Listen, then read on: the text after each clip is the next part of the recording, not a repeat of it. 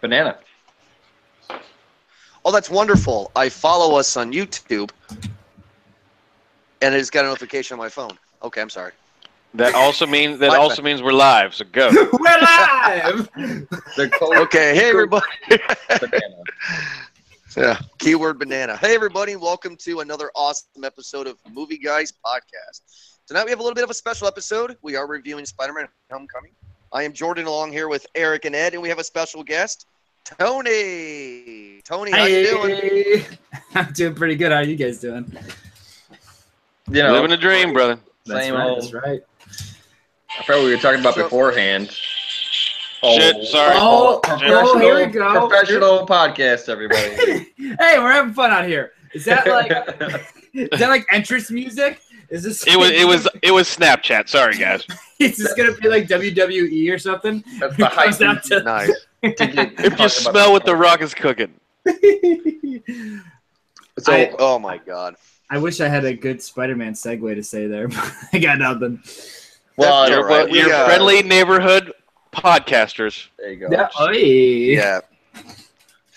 So that. tonight we're talking about Spider-Man Homecoming, a movie that I've been looking forward to since the announcement. I don't know which one I was more hyped for, either Alien Covenant or Spider-Man so far this year. I think counted Spider-Man take the kick on this one. This was great. I saw this in 3D accidentally. How did you guys see this? Did you guys in 2D? Did you guys see it in 3D? Accidentally?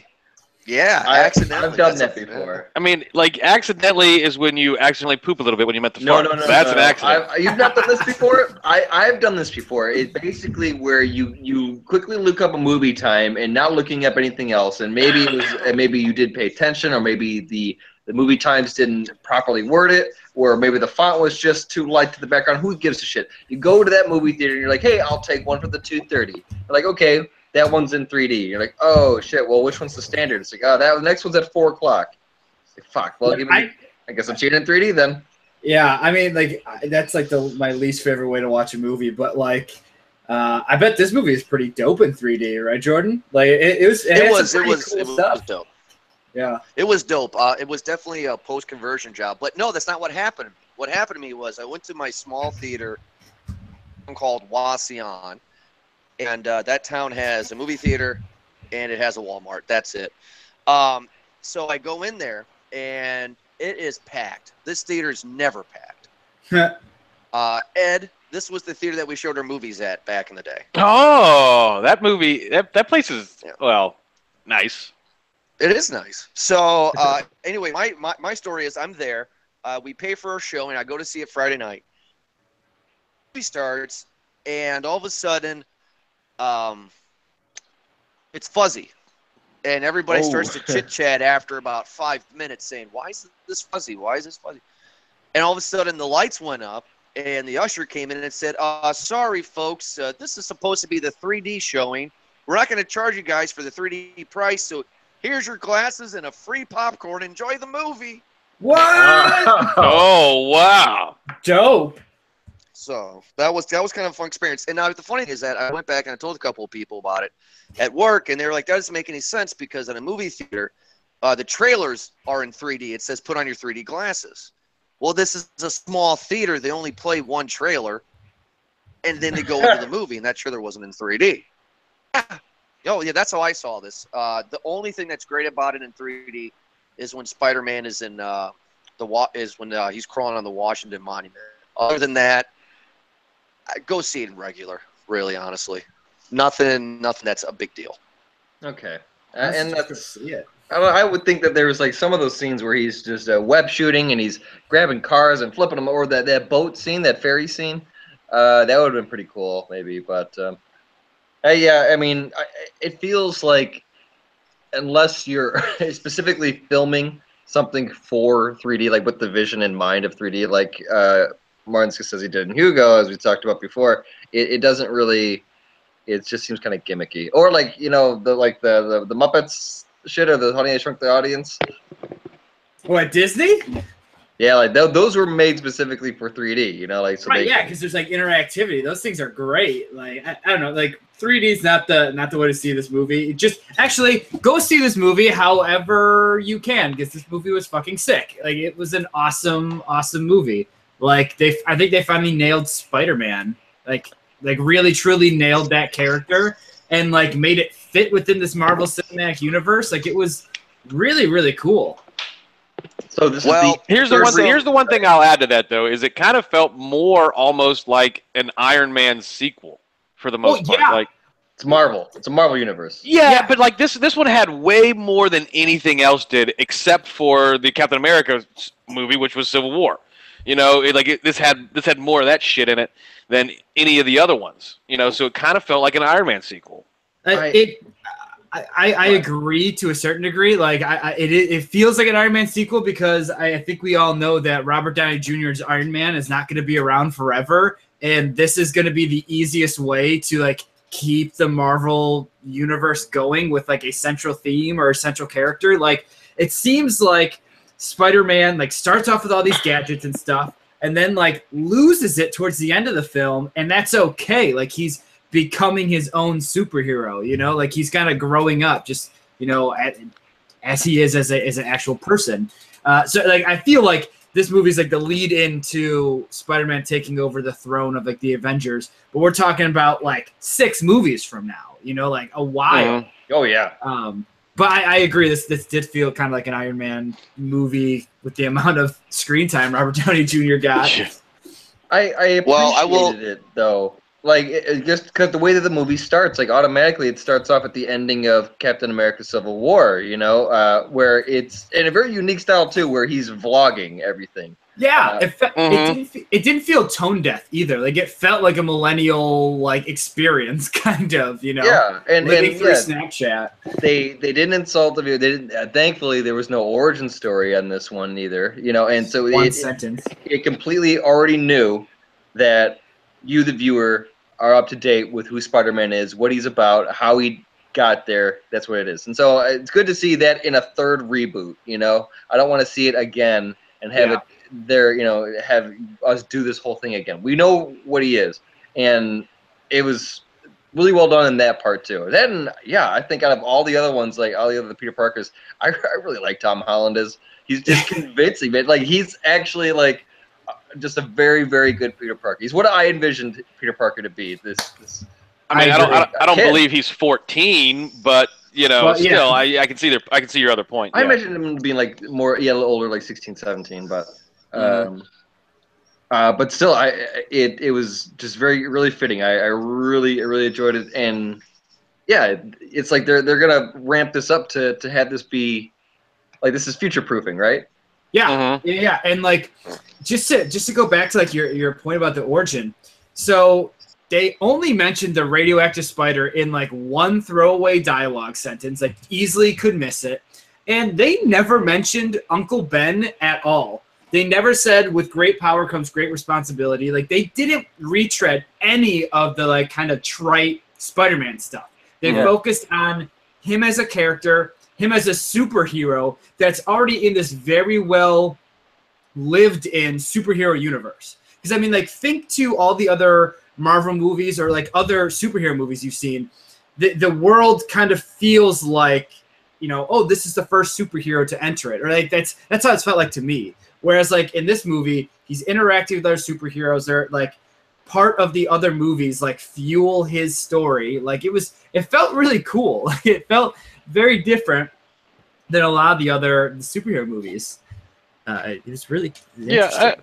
I agree. I agree with that. Yeah, I mean, I completely agree. I'm so glad that they didn't try to retread anything. You know the story, you know, and you're exactly right. You hit nail on the head that they didn't say a word about Uncle Ben because you already knew it. They made one mention about a spider, and that's only because his buddy was asking how it happened. Mm-hmm. And you know, like the kid, they just did a great job with literally the backstory was that this happened immediately following Civil War. And they tell you that because he's Snapchatting the whole thing. Yeah. So let's build up to the start of how the villain is introduced, Michael Keaton, because that's even before all this is where after the first Avengers movie, right after the alien technology. Yes. Yeah. Rubble and But debris. if you don't mind, go ahead. I'm sorry because I've been wanting to say this, guys, for a while. To go on to that Vulture thing, let's step back even more. We're gonna go far back, boys. We're gonna go back to November of 2014. I was gonna say, So I did a lot of research on this. So back with Amazing Spider-Man 2, which until all this movie, in my opinion, was the best Spider-Man movie ever. Amazing Spider-Man 2 with Andrew Garfield. I really like that one a lot. Ugh. In the Sony hacks, you had all the email links, right? Yeah. All the it was confirmed. You guys can Google these emails and you can find it all online. But what happened was they already planned on doing Spider-Man movies. Yeah. That was confirmed in the emails. And they had Garfield signed on. And they had a Sinister Six movie planned. That was guaranteed going to happen. That'd be dope. The reason why Sony went to Marvel, and the only reason why this movie exists, is because the head of Sony. What's that? That is because the owner or head of Sony got butt hurt. Oh, okay. Butthurt about about what? Well, this is what happened. About he went down. Did he just cut out completely? Yep, I don't hear him anymore. Oh, Jordan. It had to happen while we're live, Jordan. Thanks. Your shitty internet ruined our broadcast. Well, anyway, so we'll move on until he gets. Oh, there we go. Okay. I'm here. The head of Sony was down at the World Cup with Andrew Garfield, and they were going to make an announcement of Spider-Man 3 and 4. Andrew Garfield showed up drunk, stoned, with a hermit beard, and the guy said, "You're fired. You're never playing Spider-Man again. We are doing the whole thing over now." That's the only reason why this movie exists. Really? Wait, I mean, I can find that kind of interesting because, like they really didn't tie in the other two movies. I believe you, but they really like the other two movies, the Andrew Garfield ones. They didn't tie them really into the story at all. No, they didn't. This has nothing to do with it. It's just the point that Sony was going to do Amazing Spider-Man 3 and 4 with Andrew Garfield. And they went down to the World Cup to announce it. They were going to show pictures. They had photos made. This was all in the email Sony hacks because people were emailing each other talking about it. And Andrew Garfield showed up to the World Cup with the head of Sony, stoned, hermit beard, just looked like a wreck. And the head guy said, "Fuck Andrew Garfield. He's never going to work in this town again," kind of attitude. He's not playing Spider-Man. We need to reboot it. We need to do something else, and that's why this movie exists. Oh wait, time out. You're saying that all of that just because Andrew Garfield showed up at the World Cup, wasted? That's all that is? Who doesn't go to the World Cup wasted? That is according to the Sony email hacks. Okay, that's what happens. Well, whatever, man. I'm glad it happened because this movie is fucking sweet. This movie is so good. It's like anything to happen, but something must have happened. But yeah, Tom Holland, everything about this movie was fucking awesome. Can I gush about like my favorite part of this movie? Like, is that like? Oh, so, we'll get not yet first. Not yet. Okay. All right. Let's go in sequence because we do want a little bit of backstory. We go spoilers for how it starts with Michael Keaton collecting the resource. I think is a pretty unique idea and pretty cool. Best villain in the cinematic universe, guys? No. He was believable to a certain extent, but I don't think he was the best. But that's why this movie works so well, is because the villain wasn't too large.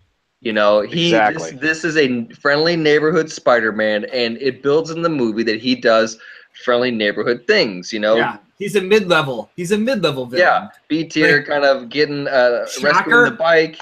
Yeah, Shocker was like the goon, and then the Vulture was like the mid-level. Would never even like Iron Man would not deal with that low level of a dude. Like that was like the whole point, right? Like it was awesome. I love that. And the Vulture was one of those things that I'm glad that they sort of picked it, because there were multiple guys in the universe, in Spider-Man, in the Marvel universe, the comic ones, who were the Vulture. Right. You know, and it was passed down sort of like, I don't want to call it like a token, but basically, you know, anybody who had fallen from grace as a bad guy then became the Vulture. And the Demon Spider-Man with the hobgoblin and shit too. Yeah.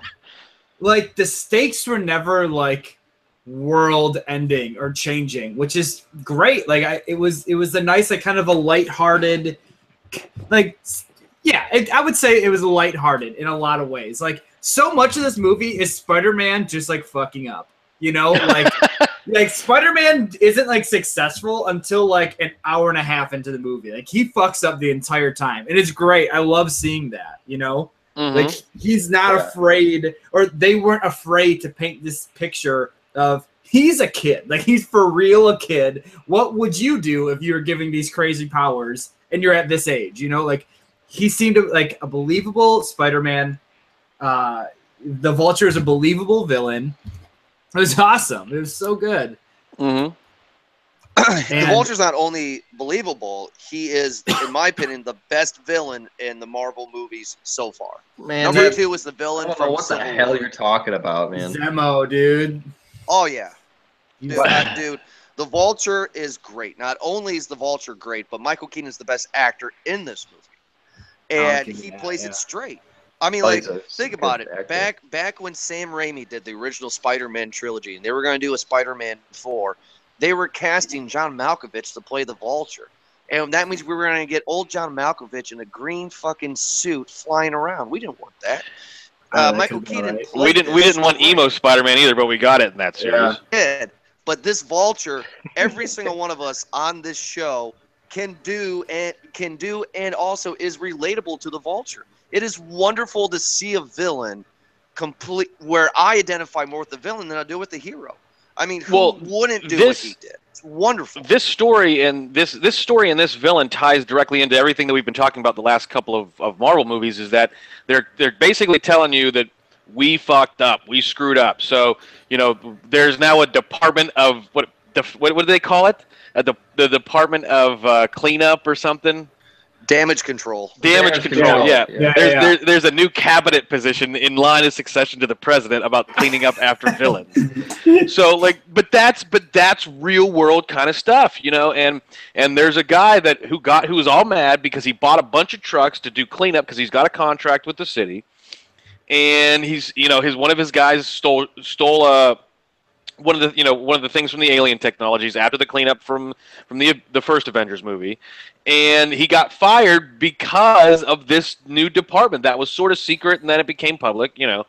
And you know, that's real world stuff, the real world consequences of these comic book heroes. Which this sounds super nerdy when I say it, and I'm thinking, and I'm now just talking, and I can hear myself sound how stupid nerdy I sound, but like, it's real world stuff, and that's why I think, you know, Jordan, I agree with you to a certain degree. This is the most relatable and the most realistic villain that they've portrayed.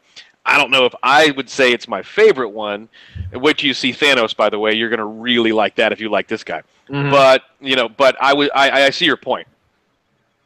Yeah, It was a good part of it because it's character building on both sides. Like, every part of the characters that we see is very funny, relatable. You know, they're very human, and it's very nice to see it. And so that's part of when you see that, where this Michael Keaton is down on his luck and he took action as the Vulture and just capitalized on it.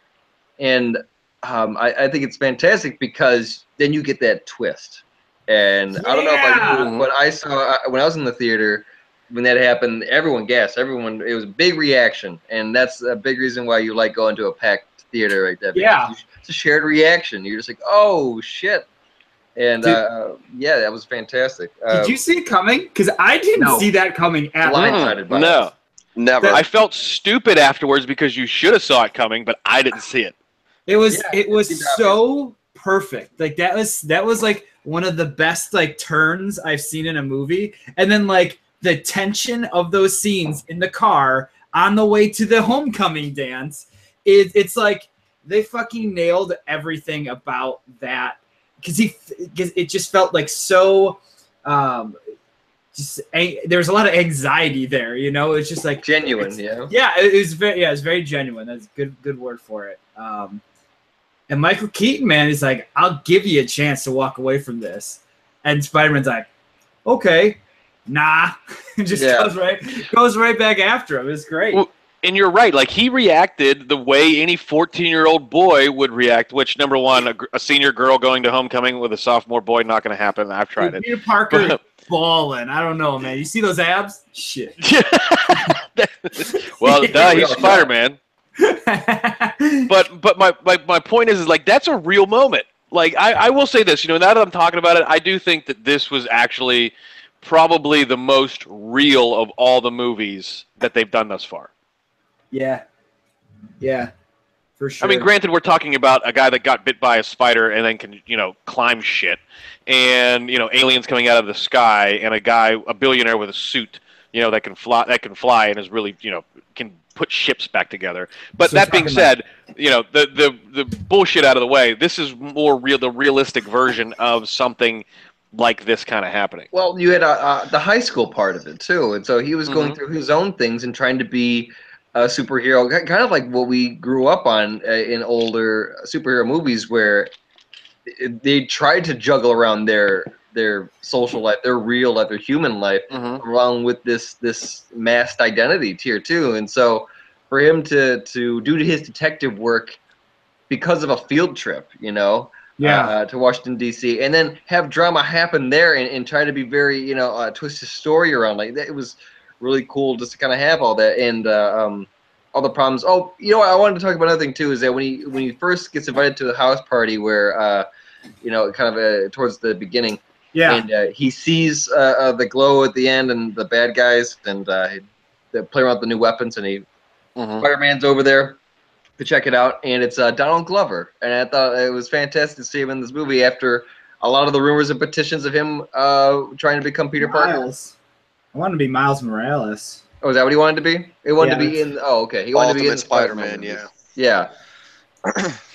But he's going to be Lando Calrissian, so he won in the end. Right. True. And he is actually like, that character is like based on, I think the guy's name it's the Tinkerer or something like that. Like, there's like a comic book character analogy like there between his characters, so you could see him pop up in more movies. Nice. And I like his little even in the garage, the bit there too. That was a sick scene. That was so good. It's like Spider-Man walks up to streetwise like kid and tries to shake him down as Spider-Man, and the with a voice changer. Like, yeah, that was so good. It was so good. Intimidation. And the funniest part was he sounded exactly like the wannabe Batman. Yeah, right. Where are the other drugs going? Maybe that's a slight dig at DC. Wouldn't put it past them. But really cool that happened. That movie was really funny too. Can we just say that too? Like, the action's really good in that movie, but I also laughed out loud like numerous times. Like, just a good chuckle out of the movie. Oh yeah, especially with there was a few parts with Marissa Tomei too. Oh yeah, really good Aunt May, by the way. Great casting. So still smoking hot all these years after My Cousin Vinny. Still smoking hot. She looks the same. It's like, what time machine did she find? Like, it's crazy, man. Yeah. The fountain of money. Right. Yeah. So speaking of like supporting characters, what'd you guys think of his best friend? I can't remember what his name is. The chair guy. He's supposed to be the Hobgoblin, by the way. Wait, that's supposed to be Osborn? No, not Osborn. Hobgoblin. That is. That's what's his name? Henry Osborn? Is that it? I can't remember. Osborn. Yeah, It's an Osborn family, like that group. I don't know about that. I don't know. I believe it. Here. I mean, I believe that they're trying to go that way because they changed Mary Jane Watson's name to Michelle. Yeah, I was saying my friends call me MJ. It's like, wait. Yeah, like, but I don't have any friends. That got a woo. Yeah. It was all right. Like, I don't even like. They could just never even do a Mary Jane storyline, and I'm like, okay, but like, even if that's a throwaway like joke, it doesn't matter to me. Like, I fully trust the story these people are trying to tell because they fucking nailed it in this movie. And like I said, I like all the characters. Like his best friend character, I really liked him. Like genuinely funny. Like cool. Ned is his name. Yeah, Ned. That's it, Ned. Just a solid Ned character. Leeds. Yeah, Ned Leeds. So that's his name. Guy in the chair. But guy in the chair. But I don't think they're going to do that because Ned Leeds, and I'm going to read this. It's only 2 sentences. This is the actual Ned Leeds, who is the Hobgoblin in the comics. It says Ed Leeds is a reporter for the Daily Bugle, and then Kingsley, a character, brainwashes Leeds to act as a standalone goblin, and that's how he becomes the Hobgoblin. He is the 3rd Hobgoblin. So I don't know if they're going to do that in the movie. Nah. But when he said his name was Ned and everything, that sounded familiar, so I Googled it, and I was like, oh, he's going to be the Hobgoblin. I hope they don't do that. I hope they don't. Anyway. I hope they don't do, like, any of the superheroes they've already done, or the villains they've already done. Like, I hope they do, like... They have done Hobgoblin. Well, you know what would be really dope if we're going into future storylines here, because in the future, because we've already confirmed that Cable's going to be in Deadpool 2, right? And Deadpool and Spider-Man have their own fucking thing. Mm-hmm. I mean, Cable and Spider-Man have their own, and that whole fucking thing that went on too. Like that was a pretty dope fucking saga too. So, like, what did you guys feel about Spider-Man's suit in this movie? Cool. You know, I think they tried to make it kind of like too Iron Man-y. Like, oh, interesting. Okay. You know, like, hang on a second. Like, if I remember, like, Spider-Man was just, like, okay, you can take the Spider-Man version where he created the web shooter versus where he has it come out of his hands. There's 2 different versions. You can take one, leave one, whatever. But, you know, the suit was almost too high-tech for what Spider-Man is. Like, Spider-Man's just a teenager who does the right thing and, you know, later on becomes a photographer because the only thing he can do is make money selling his own pictures. But, like, you know, and he's like, he's always got that 6th sense, the Spidey sense, which they don't talk about in this movie at all. They never mention Spidey sense. You know, it's just, I think that was too much. That was too much technology for what Spider-Man is. So I completely agree with you. I actually wrote down a note saying like you took notes. I took notes, man. I take oh notes. Man, we're not that professional. No, I have to do it to keep my mind straight. But so he starts off with a shit ton of tech, and it's like that doesn't feel right. And then by the end of the movie, he sheds it all. Like all the shit that he's on, like he has his own suit after that like he kind of runs and does his own thing with. Like he took the tracking shit out of it. Like he's tampering with this tech and making it his own, you know? Like I like that how it started off. Now I will say one thing though, the spider drone was kind of bullshit. I thought that was the dumbest thing where he presses his chest and it flies off. It's like fuck all that. That's the dumbest thing. But But yeah, I totally, I think they're going in the right direction. But yeah, like the tech to start off with was like he had an Iron Man suit. He was basically Iron Spider at the beginning. Totally agree with you guys. Yeah, definitely. I you know what? I actually don't mind it. And even when he joined the Avengers, they had the future suit on there too, which looked really fucking cool too. So cool. That was the Iron Man suit. That was the armor. Yeah, and, that was pretty cool. So I think. I don't know. I don't mind it. It's maybe the Marvel touch that they're kind of throwing up in there too, and they did it to allow for a lot more things to happen, and I'm okay with it just because it's just the tone of the movie. Like you're already, I'm already buckled in because it's a comic book movie, and so to give him a little bit more is fine. It wasn't unbelievable. It's not like he has rocket boosters in the shoe. Yeah, it's just basically an AI and like with a heater. And gliders and a glider and in different settings to shoot your webs. It was pretty cool that he stumbled into a bunch of these things. He's like, this thing has a heater? No way! Like, yeah, just dumb little jokes like that were just making me crack up. Like it was perfect. It's like a utility suit, and that's okay. Like it's not anything that is completely like making him like the Hulkbuster or something like that. You know? Yeah. So, and that part I'm all right with. And yeah, what did you guys think about the fight scenes? The fight scenes were really good. Go ahead. I'm sorry. Yeah, no, I thought they did a great job. Like at the beginning, the one where he's like sort of fighting the Avengers or whatever, you know, when they're introducing the tech, like the story for it. You know, I thought that was really cool because he fucked up. Like he got beat up, kind of. You know, I mean, he was doing his thing, but he got beat up. Yeah.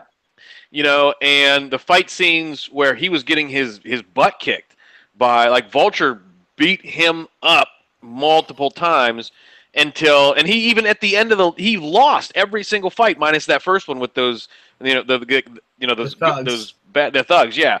So well, I mean, he didn't even win that fight because the right. He ran away. So let's just say he lost every single fight.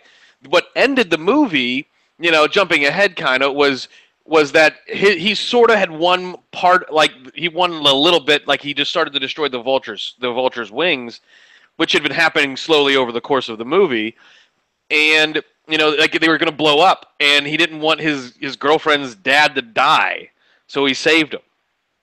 Yeah. You know, the fight scenes are great, but he doesn't win a single fight because he's 14. He's 14. He gets his ass kicked all movie, and it's great. Like it's really like captivating because it's not like a Superman or an Iron Man or a Captain America where you know they're just gonna win. Like there's like uncertainty all the time. He's struggling. He's struggling. He's above his pay grade right now. You know. Yeah.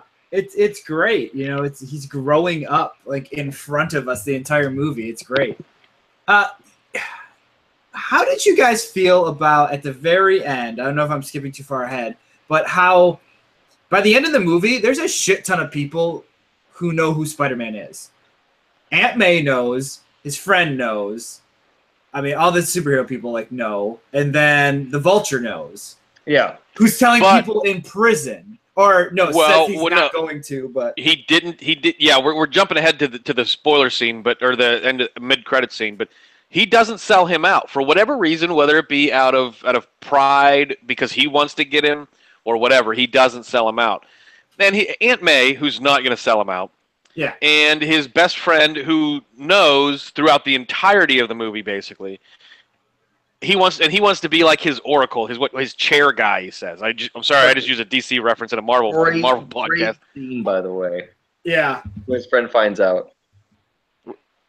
What's that? Yeah. I'm sorry, I didn't hear what you said. Great scene, by the way, when Peter Parker is sneaking back into his house and into the apartment. And he drops the Death Star, the Lego Death Star.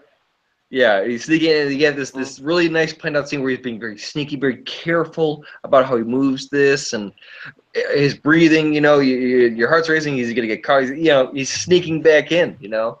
Yeah. And then they turn around. And the very next scene, Aunt May gets a free dessert because she's hot. Oh yeah. Yeah, she deserves it. Mm-hmm. Oh, working hard.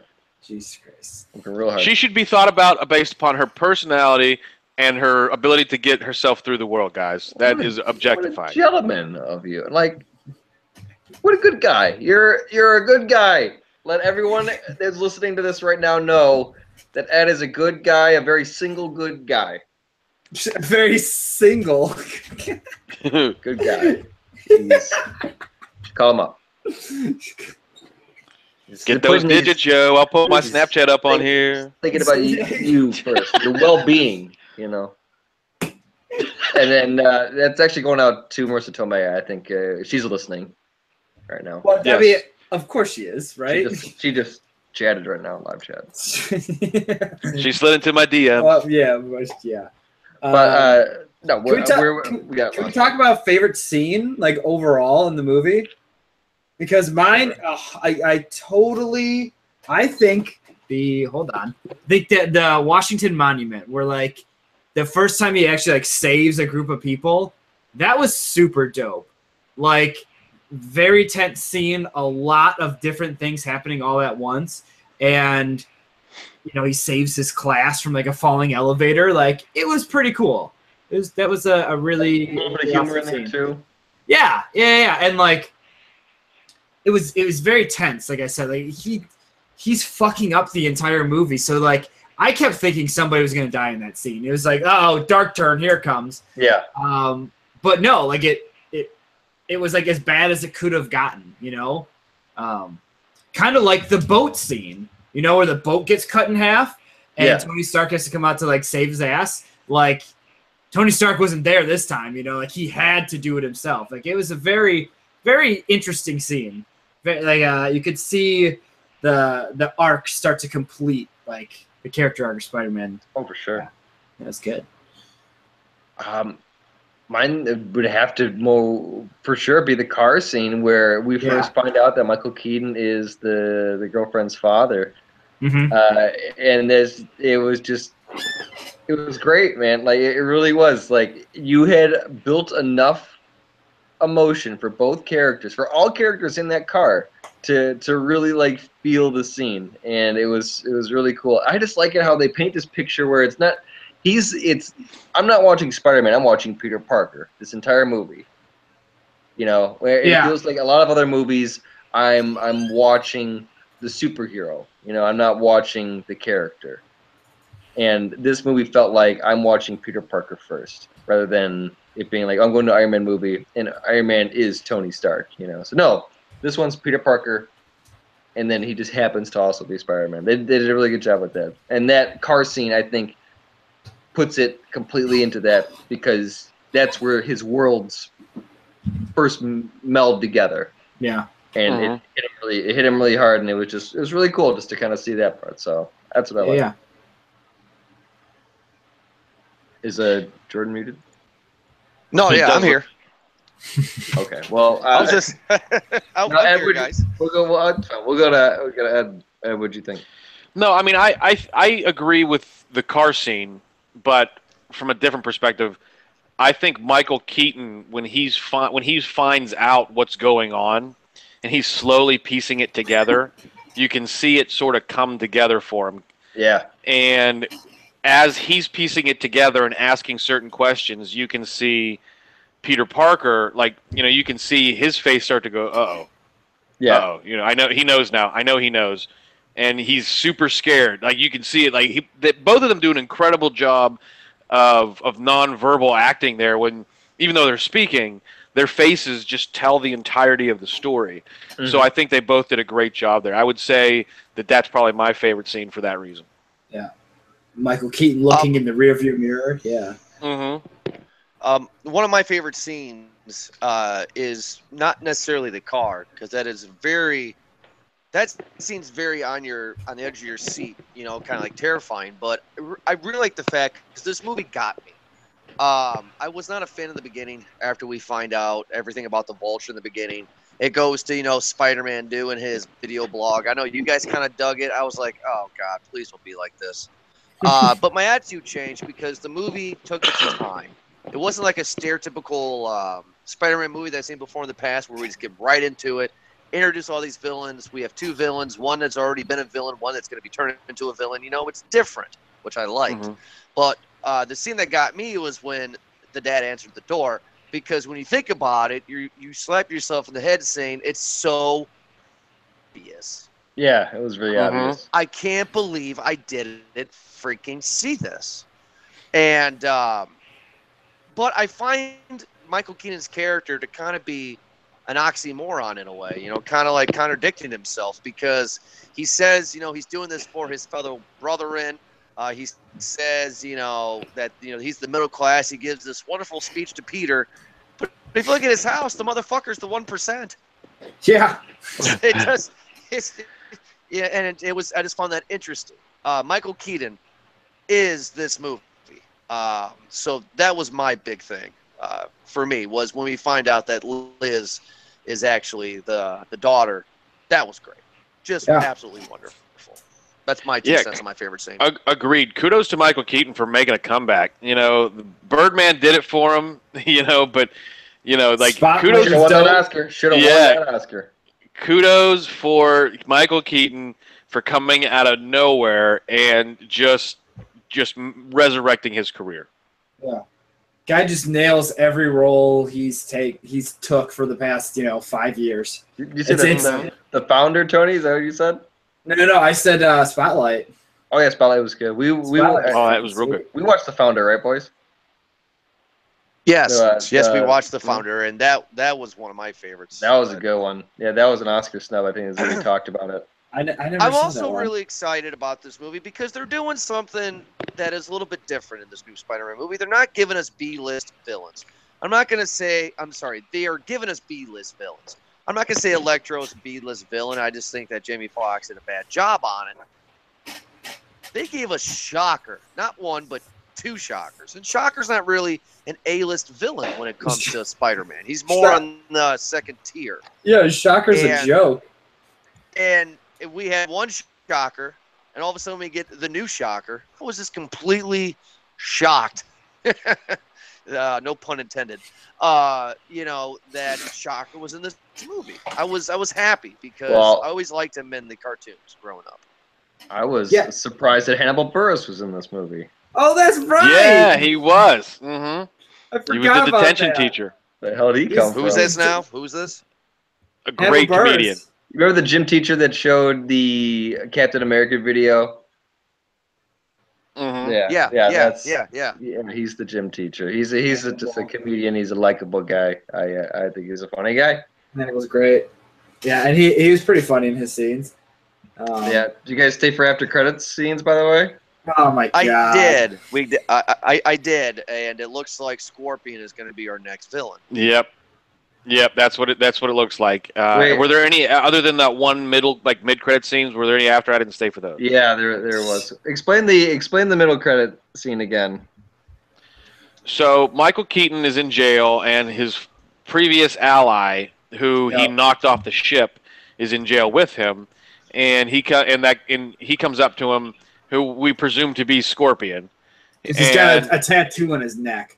Right. A scorpion tattoo on his neck. Yeah, he comes up to him and he says, hey, this Spider-Man guy, he got you in here. I got guys on the outside. Take care of him. Everybody's saying that you know who he really is.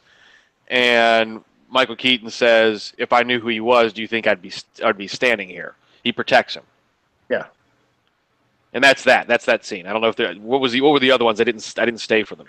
That's all I knew was the Scorpion. It's fucking Iron Man. Captain America. Fucking piece of shit. Yeah, so that video he did in the gym class and in detention? Mm-hmm. Well, he does one for after credits, and he's just like, well, something you need to learn, patience. Sometimes you stay patient, and it doesn't pay off, And, oh, God. Yeah, no, he trolls us. He completely trolls the audience. I was just like, God damn it. Like, I said that out loud as I was walking out of the theaters. That's actually really funny. It's super funny. That's hilarious. I also like the Captain America scene where he is in detention and then he makes that fun joke that I laughed out loud where he says, "So your body's changing." Well, I know all about that. Yeah. That was hilarious. That was just ridiculous. Oh, I enjoyed the living hell out of it. Those Captain America PSA videos are perfect. They're just corny enough. Like, they remind me of like Hulk Hogan style corny PSAs. Yeah. From back in the day. And it's like another thing that's like world building, right? It's like Captain America is in the schools now, like as like a spokesperson. Like, it's great. It's little stuff like that. Like, Spider-Man grew up idolizing Iron Man and Captain America, and now he like hangs out with them, or has the opportunity to at times. The best joke in the whole movie is that gym scene when Hannibal Buress is standing on the wrong side of the screen when Captain America goes, "And my buddy here, your gym teacher." He's pointing this way, and Hannibal Buress is on the other side of the screen. That's the best joke. That's the best joke in the whole movie. Good. I hope that Hannibal fucking did that one. I was just like, you know what? I'm gonna stand on the other side. So, big question for me to you guys: Mary Jane. How do we feel about Zendaya or whatever her name is being Mary Jane, or is she actually Mary Jane? Zendaya. Well, they imply it because she says people call me MJ, which. I don't care. I don't care with them changing the name. I don't care about. I mean, I would because if you're gonna introduce the love character, like the this like that's Spider-Man's #1 love, although he has others and other storylines. Got Gwen Stacy's got MJ. Right. But the #1 that you think of is Mary Jane Watson, MJ. Okay, so they didn't want to name her Mary Jane because it's weed. So what? But I wish they would have just had her be the love interest the whole time. She is, but it's reversed. Like she stalks Peter Parker throughout the whole movie, and that's the exact opposite of what Peter Parker is. Peter Parker is a nervous, weird dude who gains confidence through being a superhero. I don't know if that's necessarily true because I need you guys to help me on this one. I don't know if they said her name. That this MJ is going to be his love interest until the last movie because there is a high school student, girl high school student that does the news that is a blonde hair with the black headband. I did not get her name. Oh, she was the girl from The Nice Guys. Is she Gwen? Did they say Gwen? Her name's Betty, it looks like. Betty in the movie? Yeah, yep, her name is Betty in the movie. So damn. So I think it's totally fine. They like do this whole like they call her MJ, whatever. I don't care what they do. They didn't have to introduce like a ton of characters. Like they introduced just enough. It wasn't like they're trying to get to Harry Osborn or Gwen Stacy or MJ. Really, like it's a toss away line. So they're basically saying we can just build the Spider-Man universe we want, and like we can introduce those more important characters to the storyline when it works for the story. Like it didn't work for the story in this movie, so they didn't do it. Totally agree. So even if she doesn't end up being MJ in like future movies, if that's not like the way the story goes, like whatever, I don't care. I would actually love for them to do Gwen Stacy again because like Amazing Spider-Man 2. Yeah. That was the one where Gwen Stacy dies, right? That's the one where they did that whole story thing. Yeah. I never saw that movie, but I saw that scene, and I would love for them to do that again because that fucking scene's great. It's a big scene. That's a very big scene. It's a powerful moment for like Spider-Man. There's a few, and I think that it's because in the original Civil War, like that's when Spider-Man reveals his identity. That's when he stands in Times Square and takes off the mask. Says I'm Peter Parker. Mm-hmm. I want to see fucking Venom too, but it's not gonna happen. I don't think. What are you talking about? Well, they tried it. They tried it, and it turned into emo Spider-Man. We'll see. Guys, what are you talking Venom's got his own movie with Carnage. Yeah, but that doesn't mean Spider-Man. Oh, that's right. Yeah, that is right.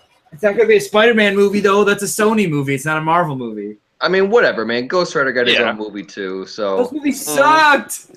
Yeah. What? I love the original. I love the Ghost Rider movie. Nick Cage. Like, it was bad, but like it wasn't bad. It was a bad movie, but it was still like I love to watch it. I don't know. Like remember Spawn with Michael Jai White. Nice. Oh my gosh! Yes. Who was it like John Leguizamo? Who was the midget? The midget character was that Danny DeVito? John Leguizamo. John Leguizamo. Oh, that's right. That's right. The big fat clown. Martin Sheen was in that one. Mm-hmm. I love Spawn. I think Spawn is incredible. It's one of my favorite stories. So, like, I love and the Punisher too. The Punisher is a dude that like just got all mad because his family got murdered, so he just goes off and just starts shooting people, and then shoots people for the right reasons. And I love the fact that there's a Spawn story on Netflix because they're bringing the entire world together for the Infinity Wars. Perfect. All right, well, Spawn's DC. Wow. Am I drunk?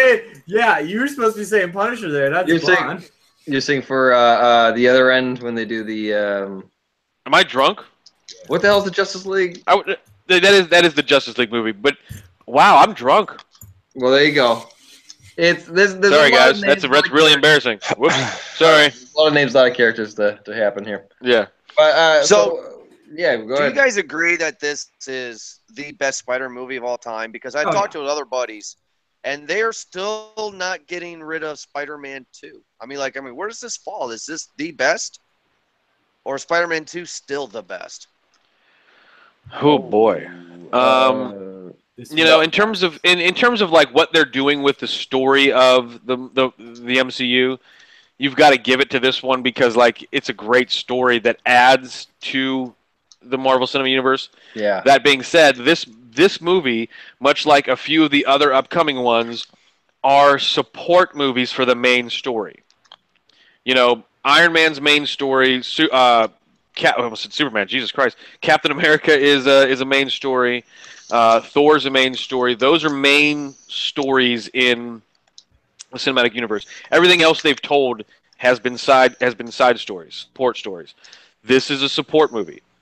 So, I mean, if I had to pick them, I have to say, pretending that there's just standalone movies. Spider-Man 2, the Sam Raimi Spider-Man 2. I agree with that, but this one is a movie in a larger pool of stories. So it's almost hard to justify it.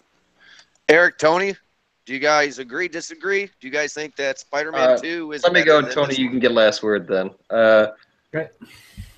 You know what? Like the Doc Ock one was good, and I can't say that I didn't enjoy the fuck out of that one because it was cool. Like that one was a cool movie too.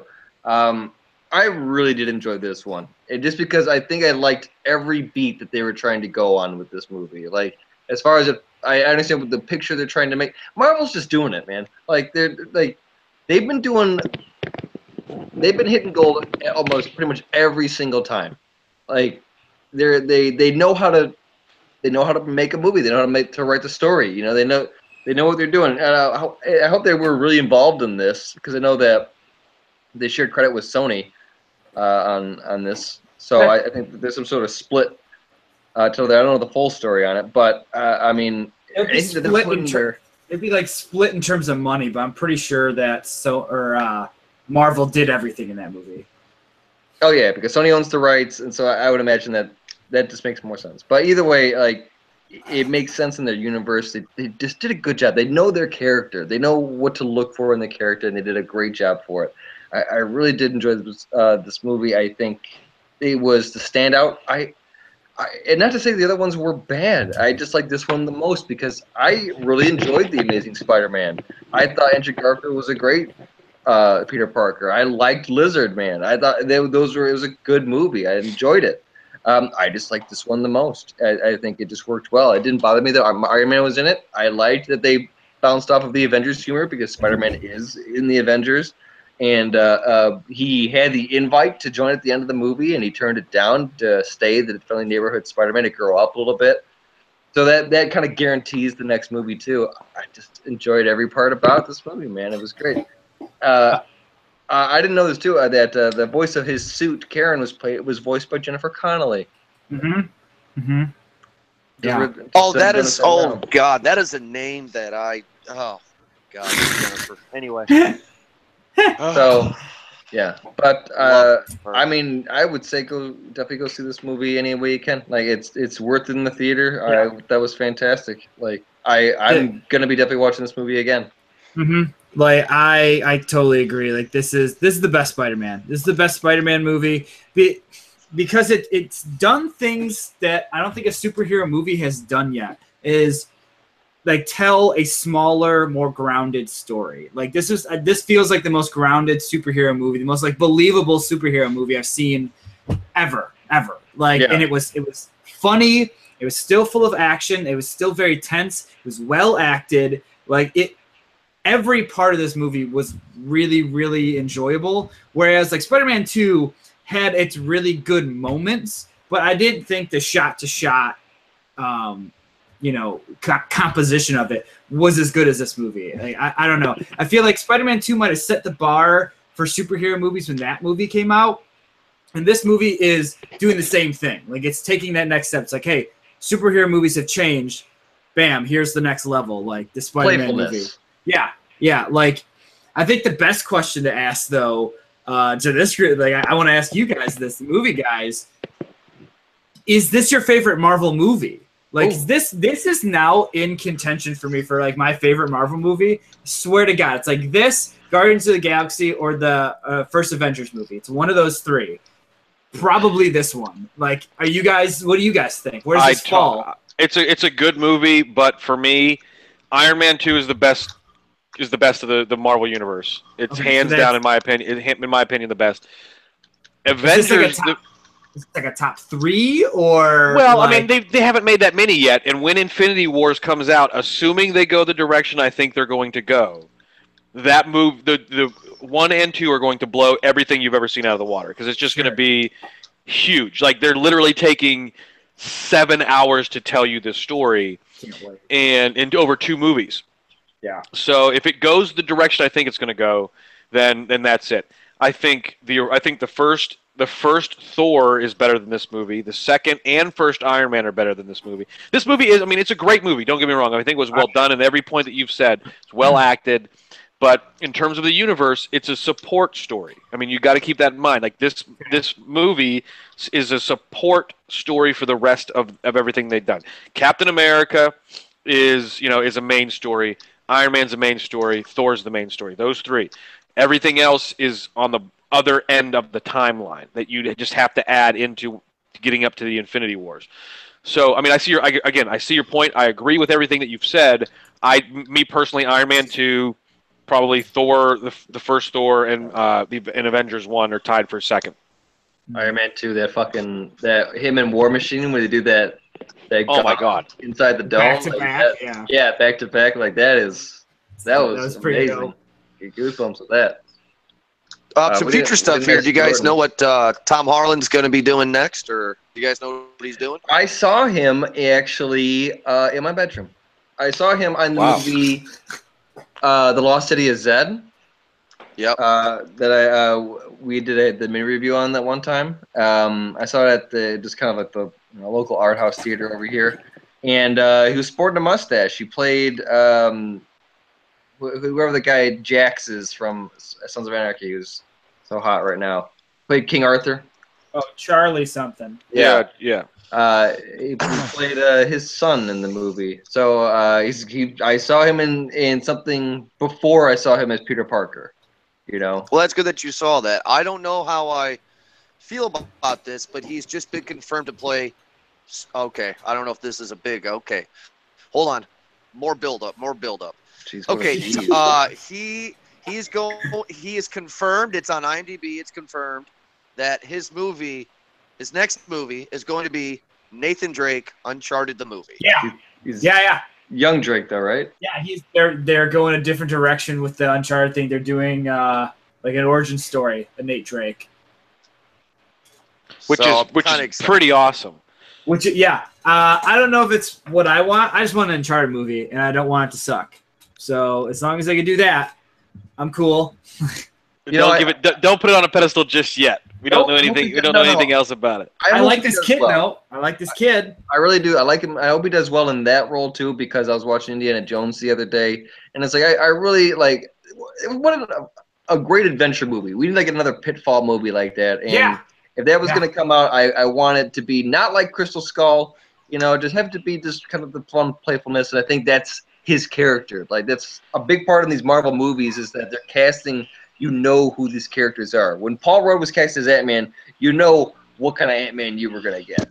Like, from the start, you already knew. Same with Chris Pratt. And I think now Tom Holland has kind of set that with a Nathan Drake casting. Well, and that's true because the guy behind, like the director who's doing the movie did, like the Nathan Drake movie, or Uncharted, did Night at the Museum, did The Internship, he was the director for Pink Panther. I mean they're going that direction. All right. Well, that's not going to be too good now. I'm not excited.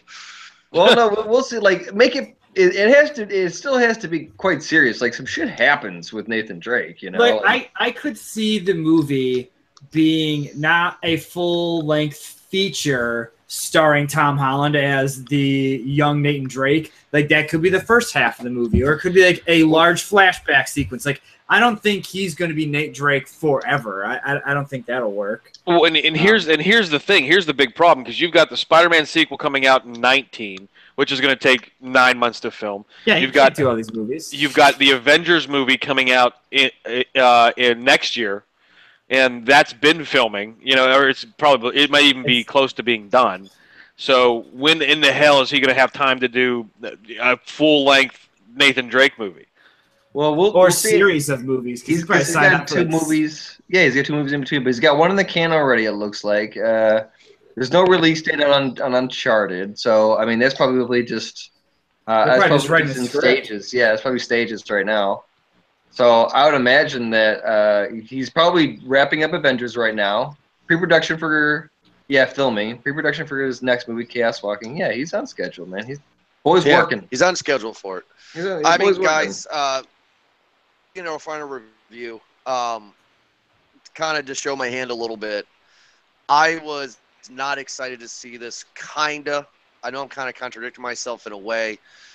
But I was kind of done with it. I mean, like I know Tom Holland did a good job in Civil War, but this is the 3rd Spider-Man reboot, quote unquote, and I don't know if I wanted it a 3rd time.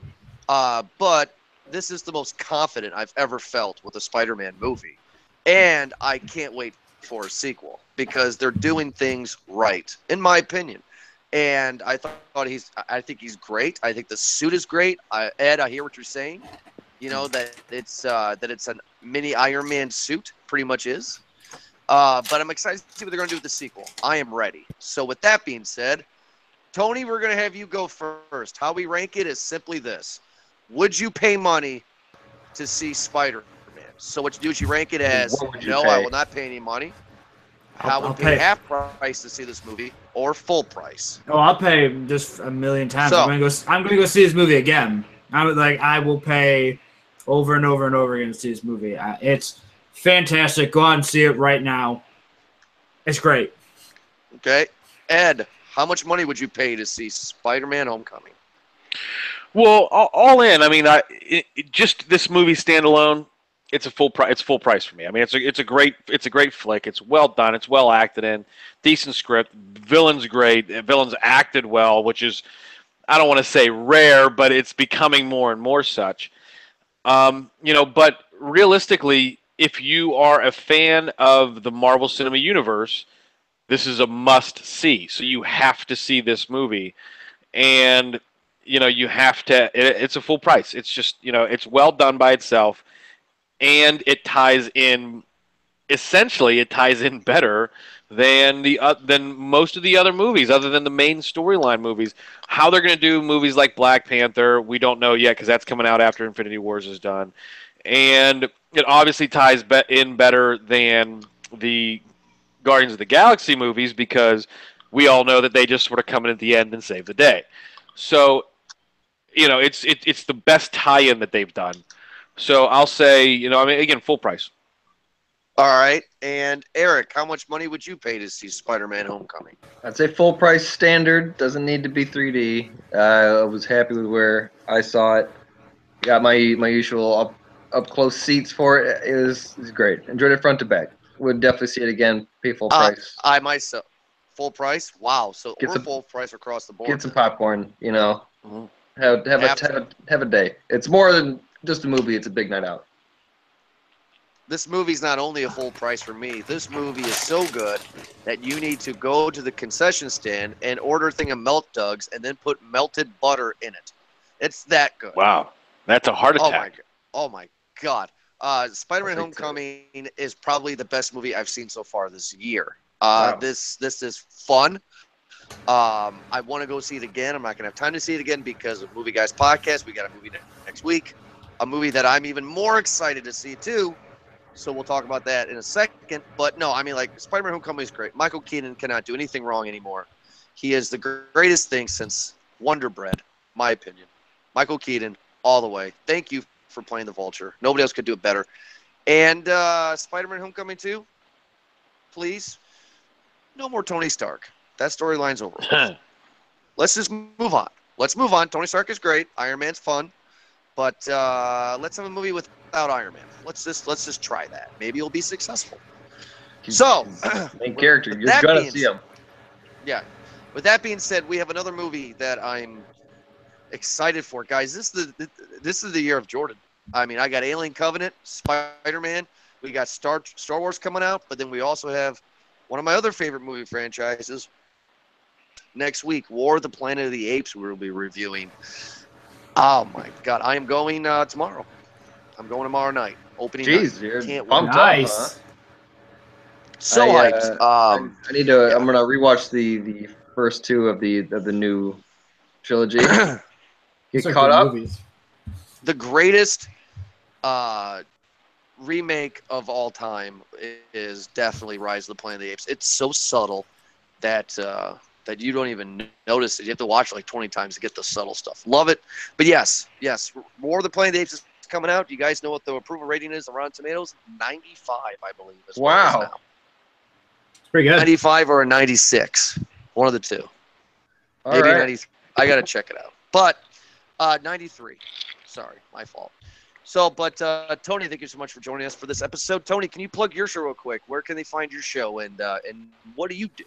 Oh, yeah. Hi. So I also have a show on this network called Hey, I Like That Game. Me and my buddy Jake, we play through a video game every once in a while, I guess. We're not like a weekly or monthly show. We kind of do it when we feel like it. But we just sit down, we play a game until its completion, and then we talk about it. The games are usually like either I pick one or Jake picks one, and it's stuff that like we feel very nostalgic for, and then go back and play it.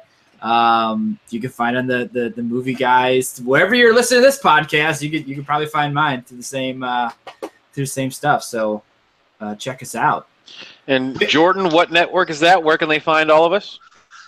Be Real Network. You can check us out at movieguyspodcast.com, movieguyspodcast.podbean.com. And I am updating the Be Real Network site again, so it says it's down for some, but anyway, that's another thing. But you can find it at BeRealNetwork.com, and also on iTunes, search Movie Guys Podcast, and also you can download the Podbean app on your App Store or your Play Store and search Movie Guys Podcast. But we'll be back next week for War of the Planet of the Apes, and then we got Atomic Blonde after that. So busy summer for us. So thank you so much for downloading, guys. We appreciate it.